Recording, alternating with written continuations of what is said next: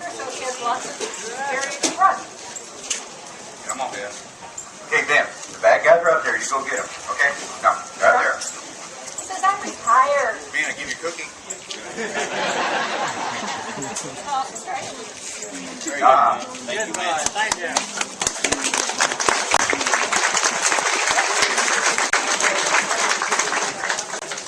I've always heard true stories about dogs drinking dirty water. Y'all just saw it proved right there. Good morning. Morning. All right, wake up. Good morning. Outstanding. On behalf of the Admiral Nimitz Foundation, the National Museum of the Pacific War, I want to welcome you to the Pacific Combat Program. This morning, everybody is supposed to have earplugs. Is that correct? If you do not, you have 10. Good Lord gave you these. Ladies and gentlemen, watch the little ones. Make sure they put them in these orifices only. They are not edible. And ladies, if any of you brought your pet poodle, my dog likes this show. Yours will not. Leave now. We're going to be firing blank ammunition throughout this program, so when you hear us say, get your ears on and get ready, please do so. If an emergency happens, now pay attention. There's only two ways out of here. That way or that way. Our people will guide you out. Don't go this way. The other guys have this property, okay? So are we ready? All right, raise your right hand. Thank you. You just joined the United States Marine Corps. Now, you know, that's a joke I kind of like to play on people at this point in time, but I want you to think about something. I want you to sit here for a second, put your game into play, and think about December the 6th, 1941. Our country was at peace. The world was going to war. We did not want to get into war.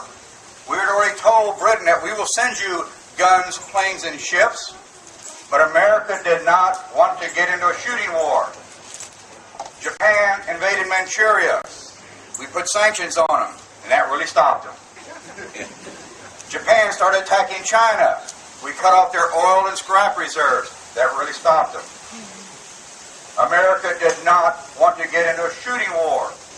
We just fought World War I a few years ago, and a lot of the veterans said, you don't want to do this again, people.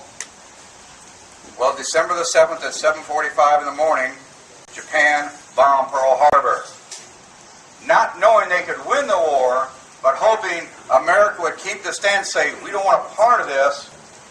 You guys sue peace with us out here, we'll leave you alone, you leave us alone. That was their master plan. It backfired. Because on December the 8th, America woke up that morning with the radio and the TVs, the radio and the newspapers, and they did just that. They raised their hand and they went to war. Now you've got the worst problem your country could ever ask for. Your Marine Corps numbers less than 65,000 men. Your Army about 100,000. Your Navy just lost 4 of its battleships. You've only got 6 aircraft carriers, 3 in the Pacific, 3 in the Atlantic. Had the Japanese waited a couple of days, they'd have got them. We're not ready.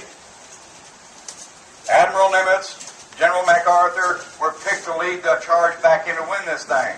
But folks, you got a bigger problem because on December the 10th, Germany declared war on you. Now you get to fight Hitler. You get to fight what Europe is fighting. Oh, by the way, don't forget about the Japanese. Now you're going to do everything wrong that all teachers of war tell you not to do. Fight 2 enemies at distant shores at the same time. You don't have a choice.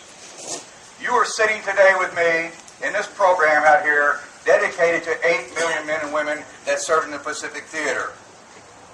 Before this war is over, 292,000 Americans did not come home. That doesn't count the wounded, folks. Japan will lose 2.1 million people. You sit in a free country today because men and women before you give us this freedom. You have a problem, though. We've never fought Japan. We don't know what he's going to do. But we know this, that in 1904, he made it a national law, he is not going to surrender. He is going to die for his country. In 1941, his military made the claim they will kill 10 of us before they die for their country. Your Navy is already concerned because why? And it wasn't because of Pearl Harbor. It was because of something that happened in 1905.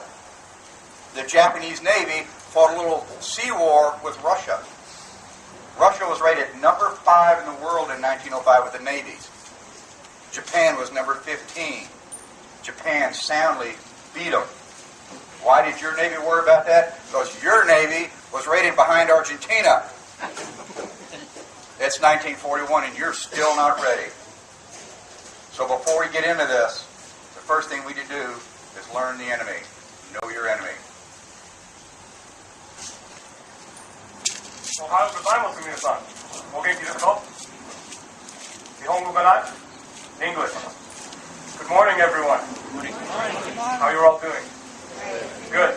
Glad you all braved the weather to come out and see the program today. It's my goal to help you all understand why, during World War II, young Japanese and American boys fought to the death on islands like the one represented before you here. In order to understand this, I'd like to take you back to get a comprehensive understanding of the origins of modern Japan and its military. Back before Pearl Harbor, in fact, the 1850s, when a United States admiral named Commodore Perry sailed repeatedly into Tokyo Bay with a fleet of modern gunboats, threatening the Emperor of Japan with war and destruction if the borders of the Japan home islands were open to trade exclusively with the United States. This show of force impressed and intimidated Japan, and they relented, opening their borders to the outside world to trade for the first time in 200 years. This self-imposed time of self-isolation was done in order to keep foreign religions, business ventures, and drugs out of their country. Upon entering the modern world and entering the world stage, it was quickly realized that to retain their autonomy and to avoid becoming a colony of the United States or some other European nation, they needed to expand their economy, modernize their military. And in a short number of years, this was accomplished by sending Japan's best students and advisors to universities and military academies around the world, taking back the best of the West, as it were, to the newly awakened country. In the 1880s, the Japanese assisted the British in quelling the Boxer Rebellion in China, fielding soldiers that had rifles and cannons rather than bows and arrows and swords exclusively. Technology was impressive and proven, and further developments were made up until 1905, as stated before, when a war was fought with Tsarist Russia on land in Korea and in the Sea of Japan. The Tsarist Russians were defeated soundly on both fronts, and the world was shocked because, for the first time in the modern history of warfare, a non-white power defeated a white one. From this moment on, great care and caution was taken when dealing with the Japanese. In World War I, Japan assisted the Allies in eradicating the Germans from the Pacific theater, gaining important possession of the port of Tsingtao in China, opening up the continent to the Imperial Japanese. However, good relationships began to sour in the 1930s as the Great Depression rocked world economies. It became evident that Japan had to look outside the borders of the small home islands in order to feed their growing population. So a military expedition was raised and went north, overland from Korea and over the Sea of Japan into mainland China, annexing a large portion of it and making a country called Manchukuo, controlled by the Japanese. The inherent brutalities of modern warfare against the Chinese population, as well as threatened interests of the United States and Great Britain particularly, brought sanctions upon the Japanese in the political arena. And oil, rubber, tin, and other raw materials could no longer be acquired through trade. And in order to continue the war with China and ultimately feed their people, more had to be done. So an operation was put forth and struck south to take these resources directly from the colonial masters of Southeast Asia. One by one, French Indochina, the Dutch East Indies, British Malaya. These colonies fell before the Japanese and were annexed into the greater East Asia co-prosperity sphere, beating the Japanese home islands, allowing the war in China to continue, and raising the status of Japan to a world power. 1940-1941, the Philippines lay farther south with rich oil reserves and rubber plantations. At that time, a de facto colony of the United States. It was decided that in order to defeat the United States and annex the Philippines, a preemptive strike must occur at Pearl Harbor to destroy the United States Navy. Thus, the Pacific War started. You notice that soldiers accompanying me, as well as myself, are wearing lightweight cotton uniforms rather than older style wool.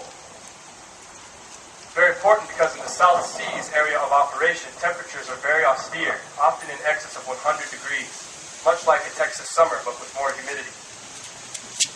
Around our calves, we wear maki-kahan, called puttees in English.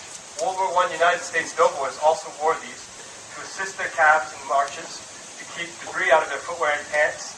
It can also be removed and used as a tourniquet and a bandage in a pinch should a soldier or his friend be wounded in combat. At his waist, Type 30 ammunition belt set, made of leather. Each front pouch holds 30 rounds of ammunition for his rifle, and an additional 60 in the rear, as well as an oiler bottle to service his weapons and equipment. On his hip, his cloth powder sack is optional, used to keep toiletries, personal items, grenades, extra ammunition, and field rations when out and about in combat, as well as a 1-liter aluminum canteen. On his head, standard Type 90 steel pot helmet. The soldier was issued a net before going into battle. Used to weave local foliage onto the top of the helmet to obscure the soldier's outline and view from the enemy. Soldiers entered the war primarily armed with the Type 38 Arataka rifle. Designed and commissioned after the war with Russia in 1905, utilizes a 6.5mm round. The bolt-action rifle, with an internal 5-round box magazine, means it must be manually reciprocated between shots. You'll notice that with the Type 30 bayonet attached, this weapon is almost as tall as the soldier who wields it. In keeping with Japanese military tradition and ethos, that it's a preferable and more manly form of combat to close in and destroy the enemy at close range, rather than waste unneeded resources such as artillery. Young Marine is going to assist us in demonstrating to you the art of Jukenjutsu, bayonet fighting in the Japanese military. It's no manufacturing error or mistake that the Type 30 bayonet is manufactured with a hook under the blade. In practice, this can be used to catch the muzzle or bayonet of the enemy and open them for a strike. However, any hand-to-hand move can be countered.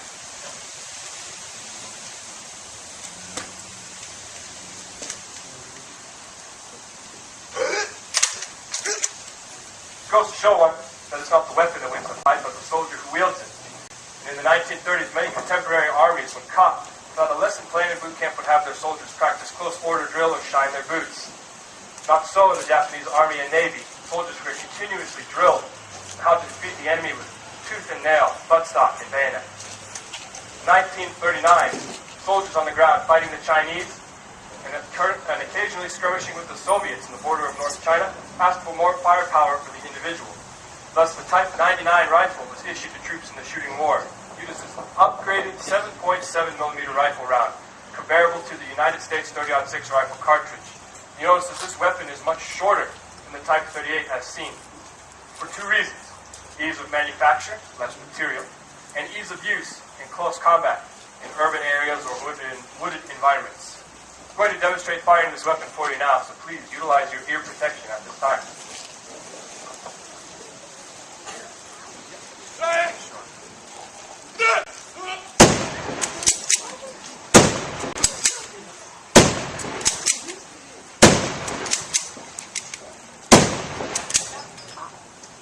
Bolt-action rifles, designed to be used and maintained by conscripts. They're easy to utilize in the field to destroy the enemy. However, when it came to defending against the enemies of the Empire, the Japanese military had more than rifles and bayonets at their disposal. Enter light machine guns.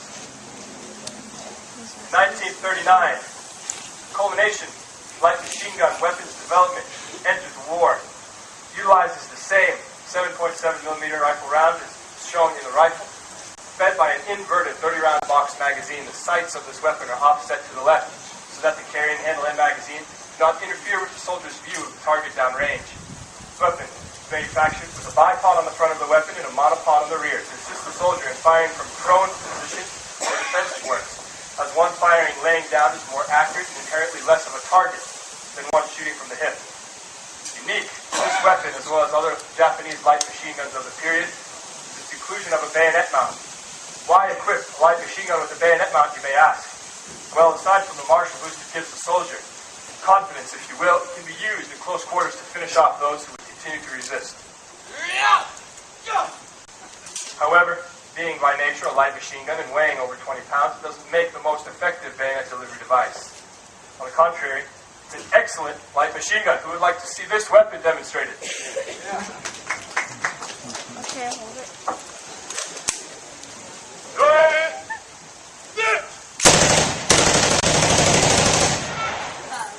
This weapon has an incredibly high cyclic rate of fire, 900 to 1200 rounds per minute. It's very accurate, has a quick change barrel and an attachment to put a 2 or 4 power scope on the weapon.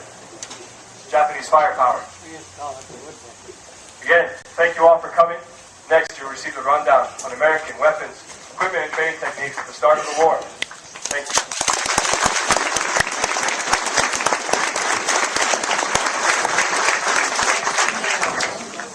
So like you heard, in 1941, the United States was not prepared to fight another world war. To be frank, we were not prepared for that.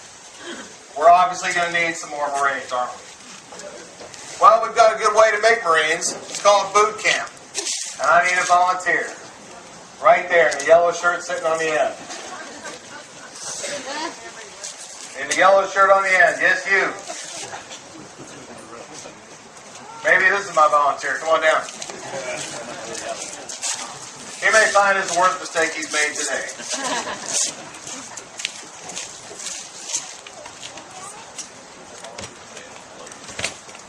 All right, what's your name? John? All right, John is my newest Marine. But I can't just throw him a uniform, gear, and a weapon and say, go make yourself a Marine. I'm going to have to train him. We're going to have to equip him, clothe him, feed him, and house him. So let's see what we've got here for John. First thing John's going to get is a new hat. Now, because in the Marine Corps we need to run around, crawl through mud, climb over obstacles, and do things with our hands, he can't carry everything I'm going to give him, can he? He's going to need some pockets. Here's his pockets.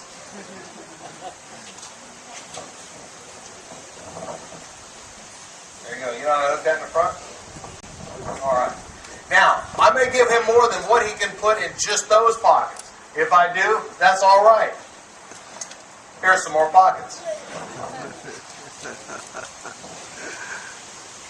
All right, what do you weigh, John? Sorry?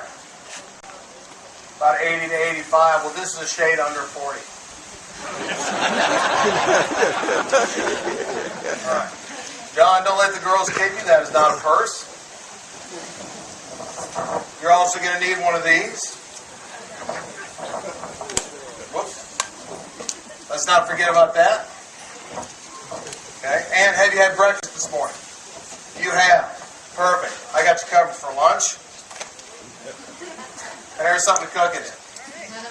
All right. Now I have him outfitted like a basic Marine rifle. So, because in the Marine Corps we're also big on physical fitness, while I talk about each and every one of these items, John is going to get down and start running laps around the combat zone. You know, one day I'm going to let one of them go. John, come back. He's ready. All right, let's talk about all this stuff I've given. What we have right here, I kind of mangled in the box, is your U.S. Army Field Ration K. That's your K ration. This is something we're going to use to feed to our troops. The advantage to this is it's small in size. We can produce them in the millions relatively cheaply and ship them overseas to feed the troops.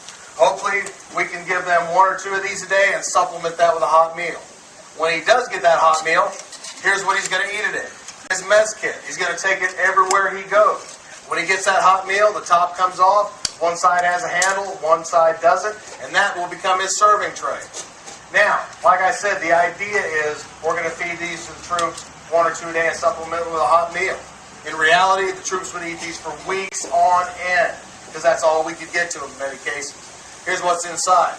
1 package of assorted biscuits, 1 package of lemon juice powder, 1 canned pork luncheon meat, 1 D-ration chocolate bar made mainly of wax, 4 tablets of sugar, and 1 stick of chewing gum. Now that chewing gum, believe it or not, turned into a secret weapon.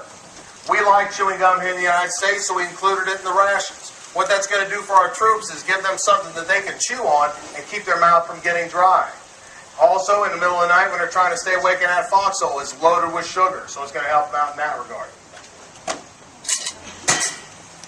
You'll notice I've given John a wooden training rifle. When we started this endeavor, which we call the Second World War, we did not have enough weapons to issue to all the troops coming in, civilians coming in off the street to become soldiers and Marines. A toy company gave it to our aid and said, I can make for you the facsimile of a rifle made of wood. We're going to issue these to some of the troops starting out and begin their training with it. And although I can't teach them how to shoot this, I can teach them their manual of arms. I can teach them about sight alignment, sight picture, and the basic care and functioning of a bolt-action rifle. Although some will start their training with a fake rifle, before they graduate boot camp, every one of them will be able to hit a man-sized target at 500 yards without a scope. Now, another strange thing we have here is your U.S. Navy flotation device. In World War II, no matter where we fight, we're going to have to go across the ocean, either the Atlantic or the Pacific, to get them there. Aboard those troop ships, we're going to tell the troops, put this around your waist. And when you're walking around topside, if you fall overboard, or if our troop ship gets torpedoed and sunk, this will keep you afloat. Also, going into the landing beaches, the troops are going to have these. Now, tell me what you think. If John is wearing all this gear and he puts this on around his waist, is it going to keep him afloat? Believe it or not, it will. However, with all that gear on, if this is put around his waist, he will then float upside down. So we're going to have to teach him something new. With all that gear on, he can inflate this either with the breathing tubes or CO2 and spread it out like a log. Then he can drape his arms across it and dog paddle to the beach.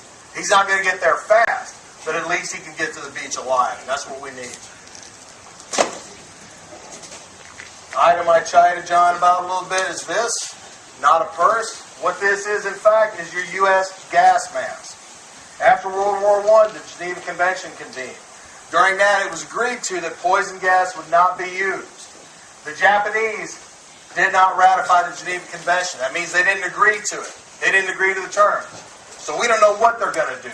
When we hit the beach, they may use poison gas. Every Marine and every soldier is going to get one of these, just in case. We haven't fought these guys. We don't know what they'll do.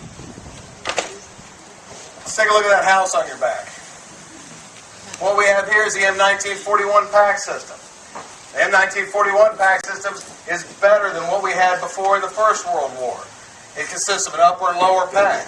In the upper pack, he's going to carry his mess kit, his rations, his socks, his shaving kit, his letter writing material, any other personal gear he wants. In the bottom, which does come off to make it a lighter pack, he's going to have another complete uniform like this. The heavy herringbone twill uniform, which will replace the light cotton khaki uniform.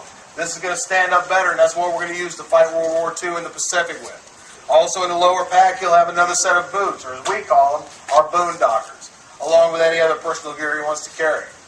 The camouflage item wrapped around the back is a shelter half.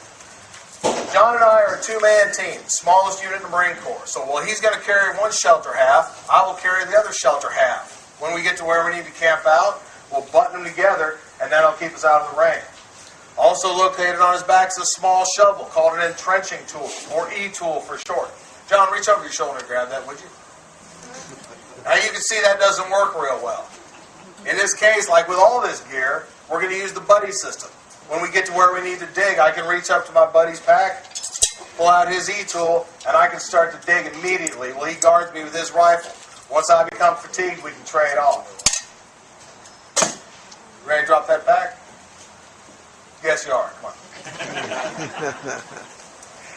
I don't know what to think when they start to like it.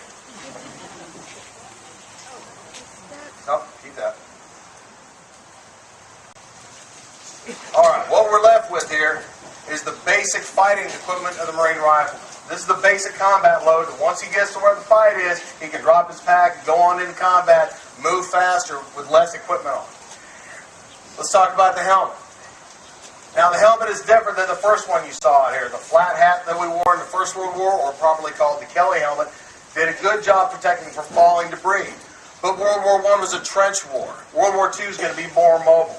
The helmet we have that we're going to use for the Second World War comes down lower on the sides to protect the ears and lower to protect the back of the neck.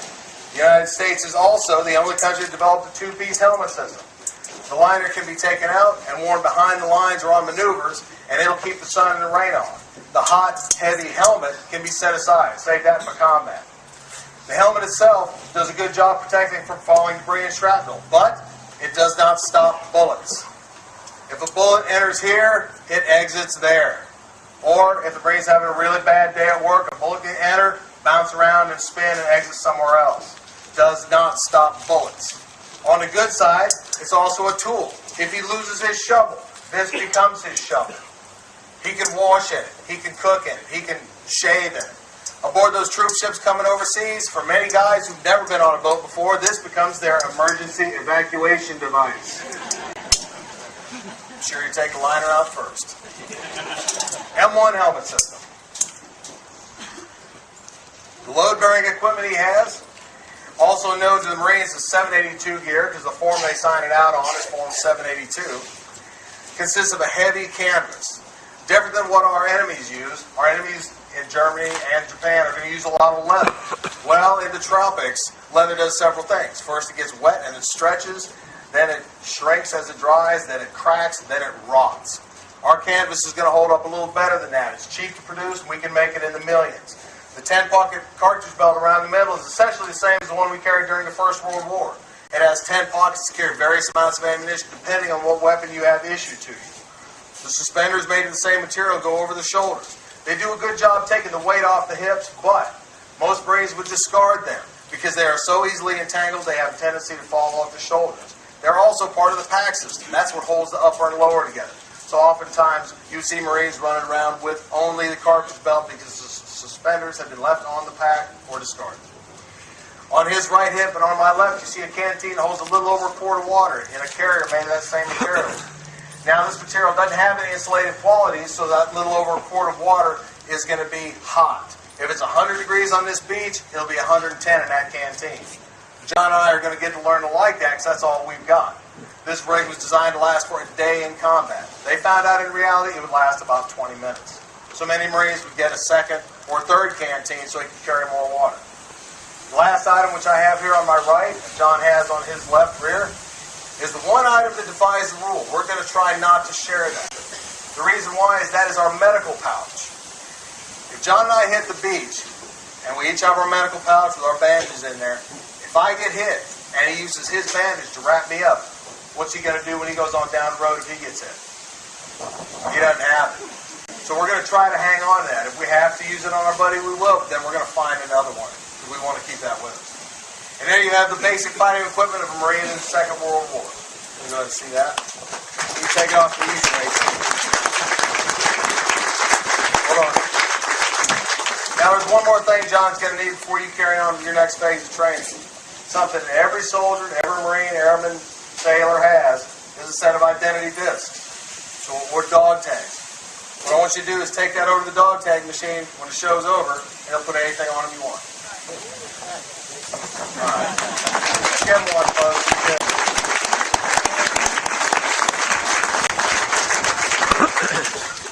Now you'll recall that I mentioned earlier, some troops may begin their training with a wooden rifle, but before they're allowed to graduate boot camp, they will be able to fire at a man-sized target at 500 yards and hit it with open sights.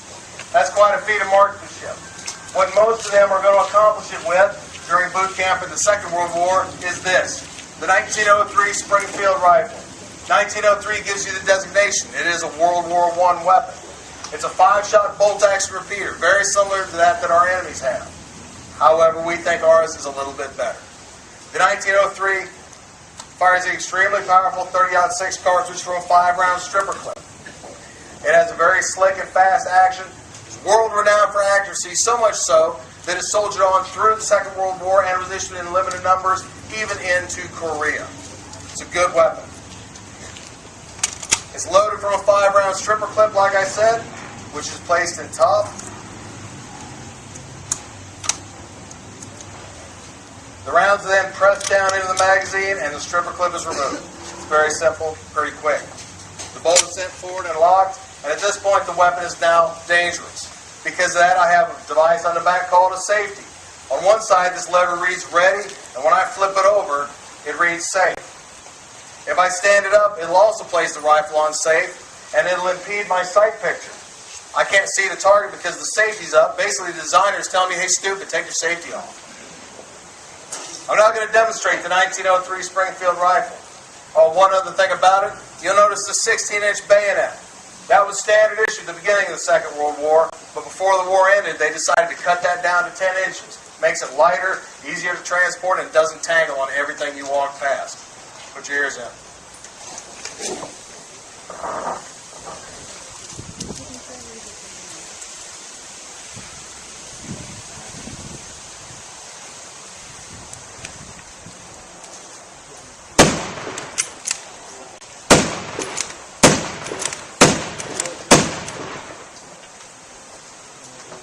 After I fired the last round, I can't close the bolt. There again, that designer's helping me out. He's telling me, hey, stupid, reload it. The 1903 is a good rifle, but it's going to take a lot more modern weapons, more equipment, and more men to win this war. So pay attention, Marines.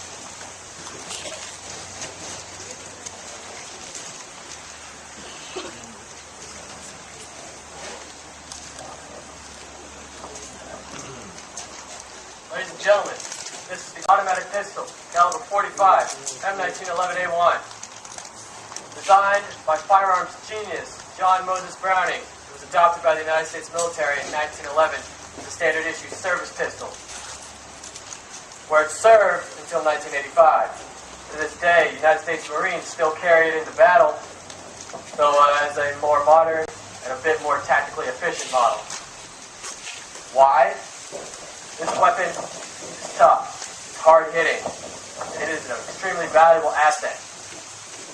The weapon is a recoil-operated, air-cooled, semi-automatic, magazine-fed, .45 caliber pistol, firing from a 7-round magazine. To load, pull the slide back, lock it into place, push the magazine in, hit the slide release. Ladies and gentlemen, please put your ears on.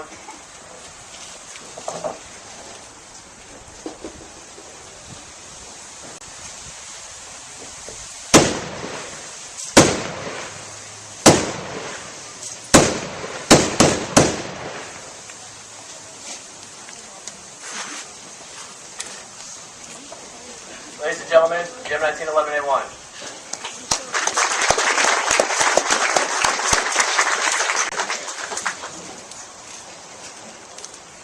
This is the M1 carbine. It was introduced to the military in 1941. It is a gas-operated, semi-automatic, shoulder-fired rifle. It comes with a 15-round magazine. Its purpose was to replace the A1 pistol and the Thompson submachine gun in combat. It did neither. However, it saw extensive use in the war, often substituting for the M1 Grand and the Springfield rifle with various degrees of success. I will now demonstrate this weapon. Please put your ears in.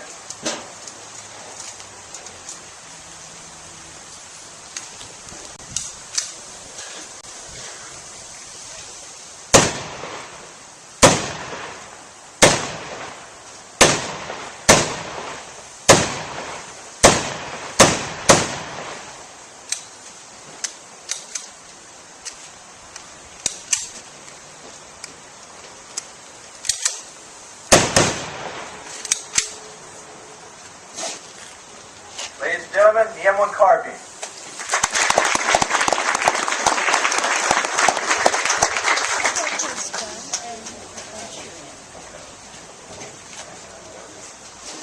Ladies and gentlemen, this is the M1 rifle. It is a gas-operated, air-cooled, clip-fed, semi-automatic, shoulder-fired weapon. It was created in 1936 and adopted into the military. It replaced the 1903 Springfield rifle. It has a maximum effective range of 500 yards.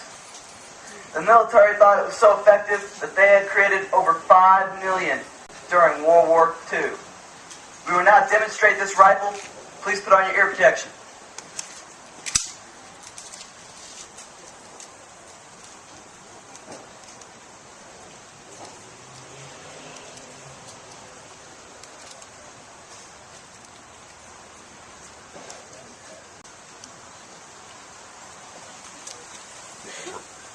Normally we would have shot 5 shots. You'll notice if you would have shot 5 shots, the Japanese, it would have told them that we had a Springfield. Well, the Springfield only had a 5-shot clip. So this taught the Japanese I can banzai. Well, then that's why we came up with the M1 rifle. It has a little more left.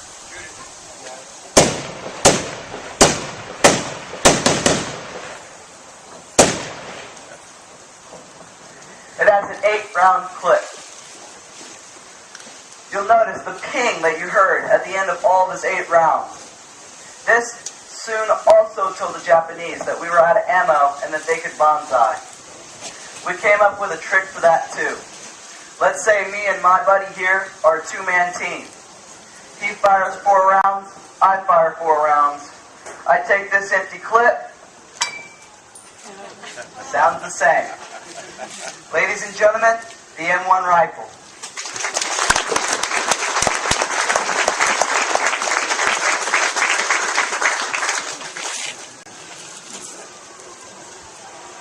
As we realized this early on, firepower is the name of the game. In order to give us enough firepower, the M1 is a big asset. What the American military never had was a good submachine gun. We'd worked on it in World War I, but it never came out. Military always used submachine guns because it's a good close-in weapon. Our weapon of choice was not the standard 9mm. We adopted the same caliber as our pistols for our submachine guns. Submachine gun most preferred is this guy right here. You guys recognize it? What is she? Tommy gun. Chicago typewriter. Has a lot of nicknames. Well, in 1921, the U.S. military was offered this weapon. They refused it. They didn't think they needed it after the war. But somebody else did. They thought they liked it a lot. His name was Al Capone. Soon after, the United States government realized they needed something to counter that problem, so they started buying them. Once we got it in the hands of the military, we found out how effective the Thompson submachine gun is. At 38 inches, she weighs 10.5 pounds empty. With a full magazine, it's about 11 pounds. This model is the last model, the M1A. It only fires the stick magazine 20 or 30 rounds. This is the 30 round. It's very unique in the fact that it fires just like the .45 pistol from the blowback configuration. As that bolt comes forward, it ignites, fires, kicks back, and just keeps cycling. It is assisted by the weapon itself. Who wants to see this one test fired? Now I'm going to warn you. We just rebuilt this piece. It has a brand new barrel. I'm not going to guarantee anything, so it's either going to work or it's not going to work. Let's see if it works.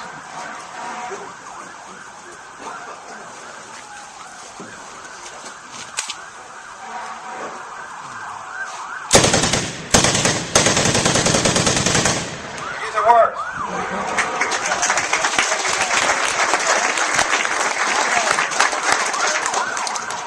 Its drawbacks. It will kick, it's loud, and its lack of penetration in some circles. But as a close-firing weapon in the brush or in that bunker, that's a hard weapon to beat. Knockdown power, it gives you a one-man machine gun. Thank you.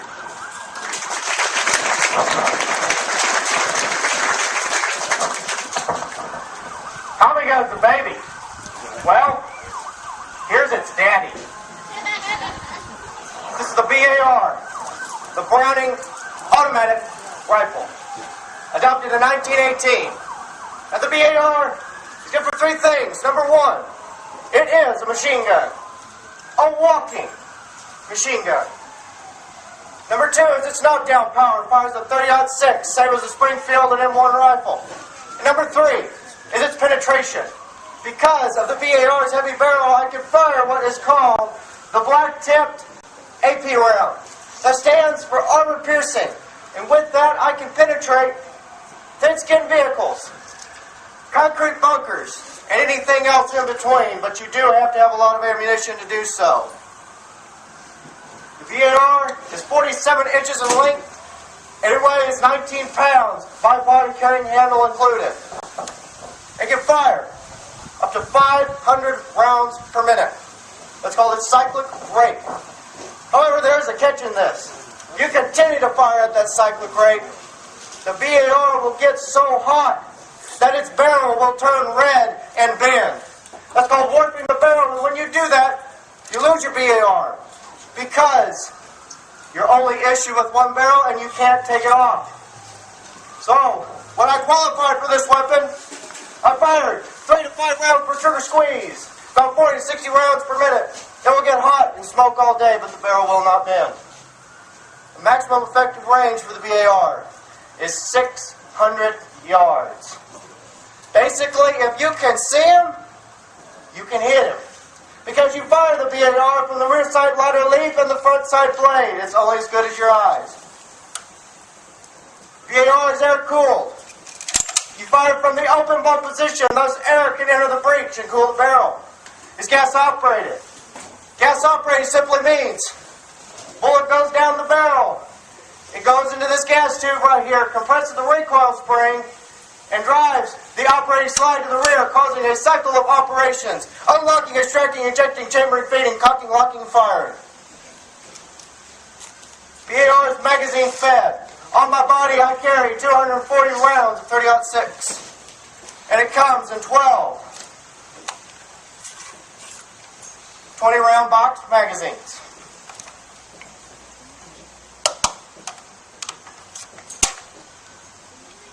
Now, I am a machine gunner. I won't run out of all this by the end of the day. So to my left rear, I have what is called my A gunner, or assistant gunner. Check out the bandolier on his shoulder. He carries an extra 6 magazines just for me. He also assists me in target acquisition, range adjustment. If my weapon were to become a casualty, he will become the new BAR man. This is a shoulder-fired weapon. In training, I was required to fire it 3 different ways: sitting, kneeling, and using the butt pod and the butt hinge plate and the prone position, where the BAR is its most stable and effective. Of course, I was also taught the assault position: up the hip, underneath the armpit. All right. The moment you've been waiting for has arrived. I'm going to fire the BAR. But before I do, I am on the receiver of the BAR right here. It tells me the rate of fire I want to fire the BAR. It's got 2 letters on it. One says F, the other says A. F means fast. A, awful fast. Also, the stock of the weapon. I have what is called a spring buffer mechanism. It decreases the recoil on my shoulder, thereby increasing my accuracy and shooting endurance. All right, let's get it on.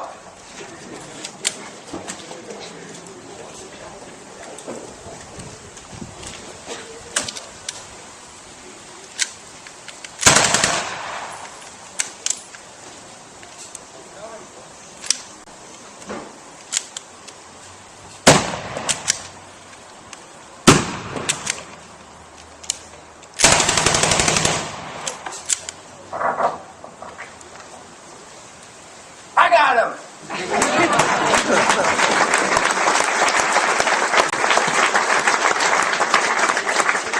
She stovepiped on me, but that gets back to my training. I covered for it. Now, before I go, I'd like to add one more thing. A very good friend of mine was a BAR man. He served in the 2nd Infantry Division in Europe in World War II. His name was Ben Parrish. And I wish every one of you could have met him today, because he was an incredible man. Unfortunately, he passed away last year in the summer. And now his story has forever been etched into the history books. Did you know that 205,000 BARs were made in World War II? It is not the weapon, though. It is the man behind the weapon. And guess what? They are now dying at 1,000 per day, and soon they will all be gone, and we will never learn of their stories. I'd ask that you get this one thing out of this program if you get nothing else. Thank a veteran for what they have done for you. Because if it weren't for men and women like these guys right here, you would not be standing here today as free men and women. Frank Automatic Rifle, thank you.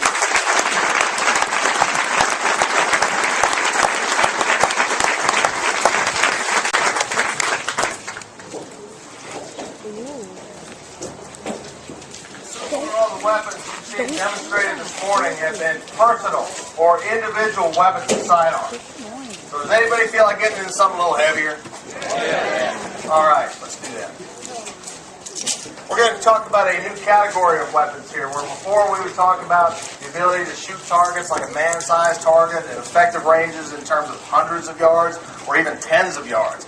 Now we're going to talk about accuracy through volume.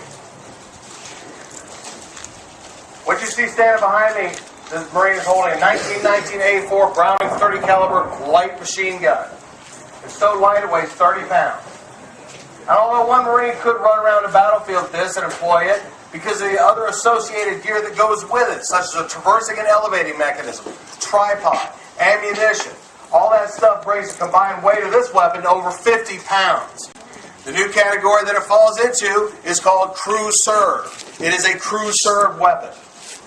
The 1919 A4 is belt fed from either a disintegrating metal link belt like this or a cloth belt, which is fed into the left side of the weapon.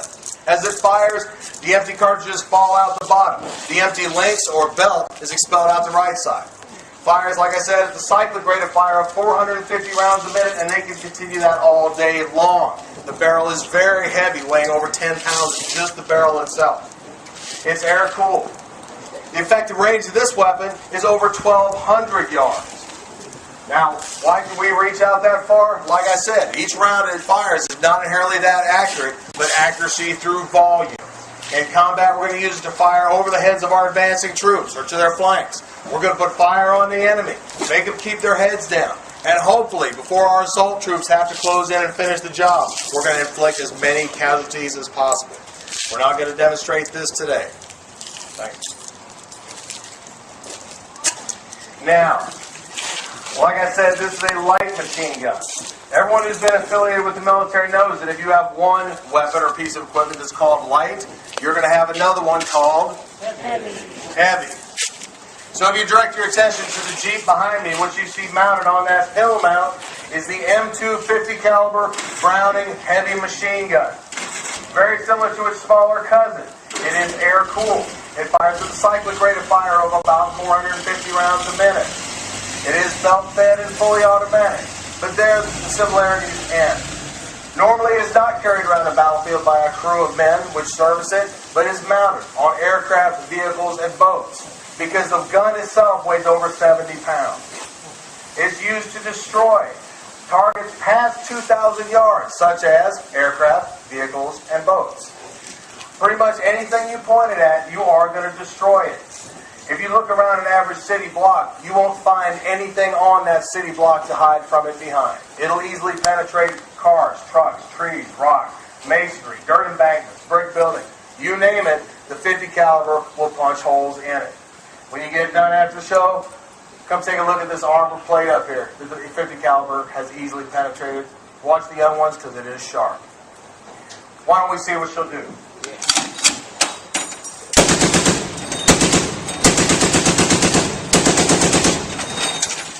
Adopted in 1921 as an anti-tank weapon, the 50 caliber Browning, also called Maud Deuce, is still in use in almost exactly the same configuration in places today you may have heard of, like Iraq and Afghanistan, used by your U.S. troops. And there you have your crew serve weapons. Oh, here's one more point I'd like to make. Remember I said I was talking about the penetrating ability of the 50 caliber? Well, there's your 30 caliber ammunition. There's your 50s. And that's why it's got such longevity and why we've got so much good use out of it for all these years. There's your crew serve machine gun. Thank you.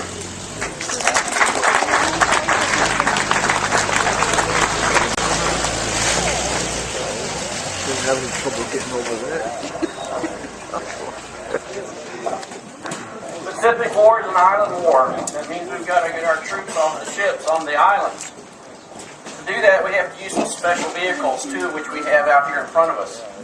Our first one is our LVT, which stands for Landing Vehicle Track. This type of vehicle actually did not exist before World War II. This vehicle comes from a design of a young engineer who wanted to build a vehicle to rescue people from the Everglades after hurricanes. What he came up with was a floating track vehicle. Now, the tracks help let it climb over obstacles that might be just under the water. Well, the Marines figured this out. This would be perfect for climbing over coral, which landing craft cannot do. The other key is this thing uses a grouser, an oversized paddle on the tracks to actually propel it through the water. There's no propeller. Now this version is a Dash 4, which is the improved version where they moved the engine forward, left the whole back of it for an open bay, and put a ramp on it. The earlier versions were more of a tub where you had to jump in or jump out. It's typically put in the water next to the ship.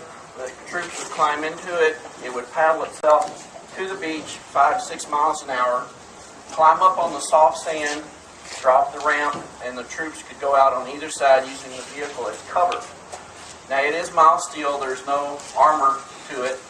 In fact, the crew is given a bag of corks and a hammer just for that purpose. Typically, once it's emptied, in 5 or 10 minutes, the wounded would be put on board, the ramp would be closed, and it would go back out to sea. Now, because of the track design, it's not really meant to be driven off of the sand, so it's usually either in the water or just on the sand area. Our next vehicle is our Duck, our DUKW, built by GMC.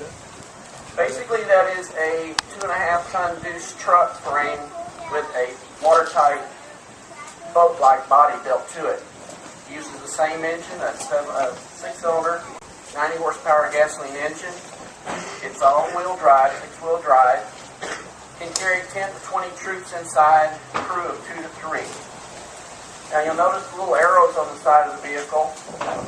That is to help the troops who climb out of it in the water to tell what the front and what the rear is. Once it's in the water, it sits real low, and they don't want them climbing around to the back of the vehicle where there's a propeller on this version. Our Duck and our LVT-4. Thank you.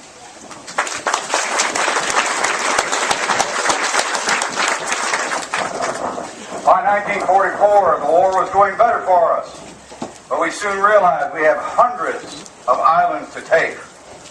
How many of you guys watch war movies? Come on, be honest. Yeah, you guys were there, so you probably wouldn't watch them, would you? Yeah. How many of you guys remember John Wayne? Now, the older folks remember this one. Now, you young guys, it's probably somebody like Arnold Schwarzenegger. I bet you somewhere in a John Wayne movie, John Wayne's going to take one of these, pull the pin with his teeth, throw it 300 yards, and knock a guy out of a tree. Hollywood, right? What is this? What's its nickname? Pineapple. Well, I'll tell you what, folks, if I had John Wayne's hand grenade and I hang it on my gear and I went traipsing through that drum looking for the bad guys, a vine reaches up and pulls the pin. It drops between my legs. I get what the Navy calls a negative entry in my health record.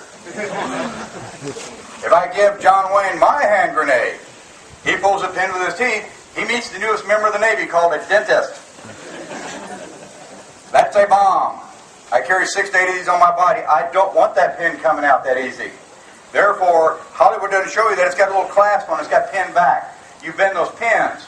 Now in boot camp, you're taught to open your palm. Put that in your palm. Grab that spoon. You prime your grenade. You get your stance, and you reach up here and you pull that pin. Pay attention. Throw this, not this. And then you throw it as hard as you can when he tells you to, because 5 seconds later, this thing's going to blow up. Well, let me tell you, folks, 5 seconds in combat is an eternity. What a lot of the veterans told us, they said, well, we got kind of chancy with it, but it helped save a few of us. You get ready, you pull that pin, you release that spoon right here. You light a 5-second fuse. 1001, 1002. If you're really feeling brave, 1003, then throw the grenade. Because this way he cannot throw it back. Let the other guy get the negative entry in his health record. Here's the good news. You can throw it about 30 yards back here to that bunker. You know what the bad news is? Blast radius is 50 yards. Duck. Now you guys know there's a problem.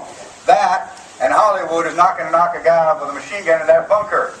So the Marine Corps adopted a whole new game plan called the Combat Assault Team.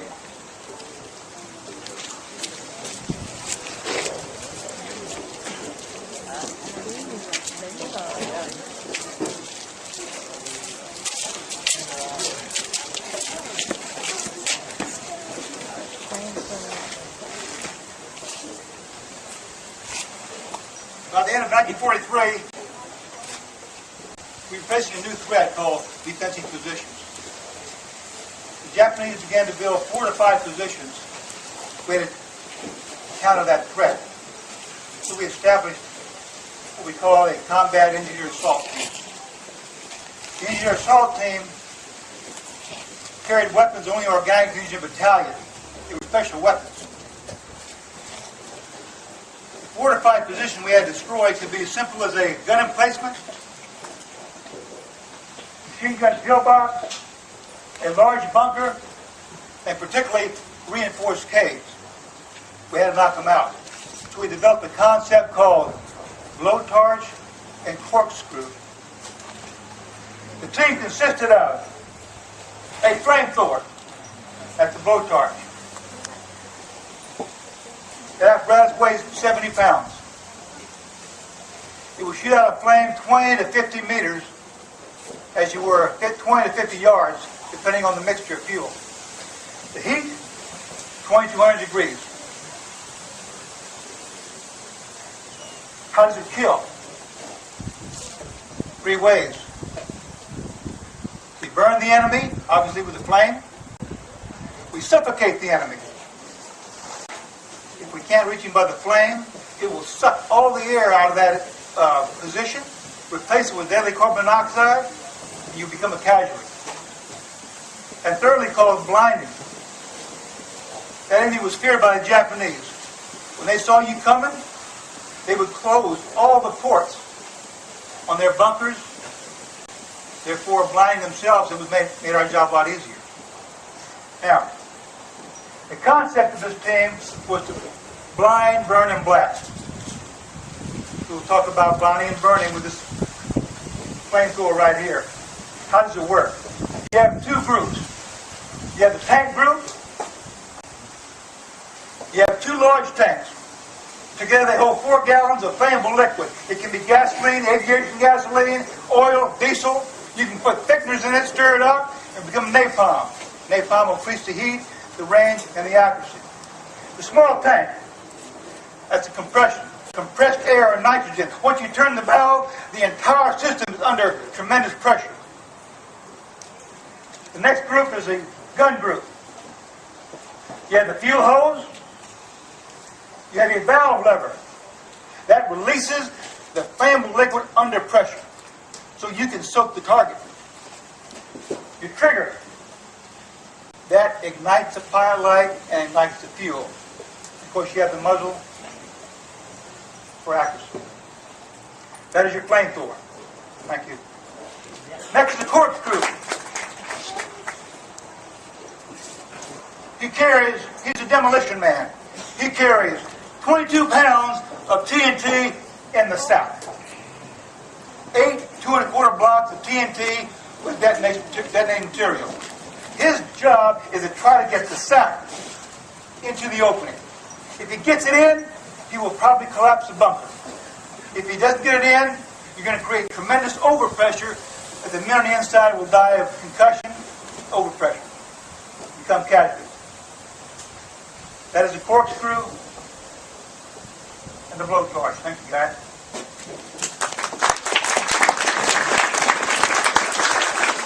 The last man, he is the assistant flamethrower operator. He protects the flamethrower. He carries a 12-gauge shotgun. 4 rounds in cylinder, 1 round in the barrel. 12 gauge, double-aught buck. His job is to protect the flamethrower.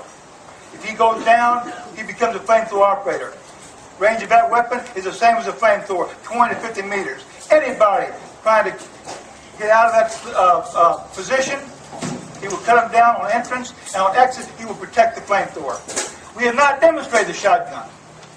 We will do it at this time. Please put your earplugs in.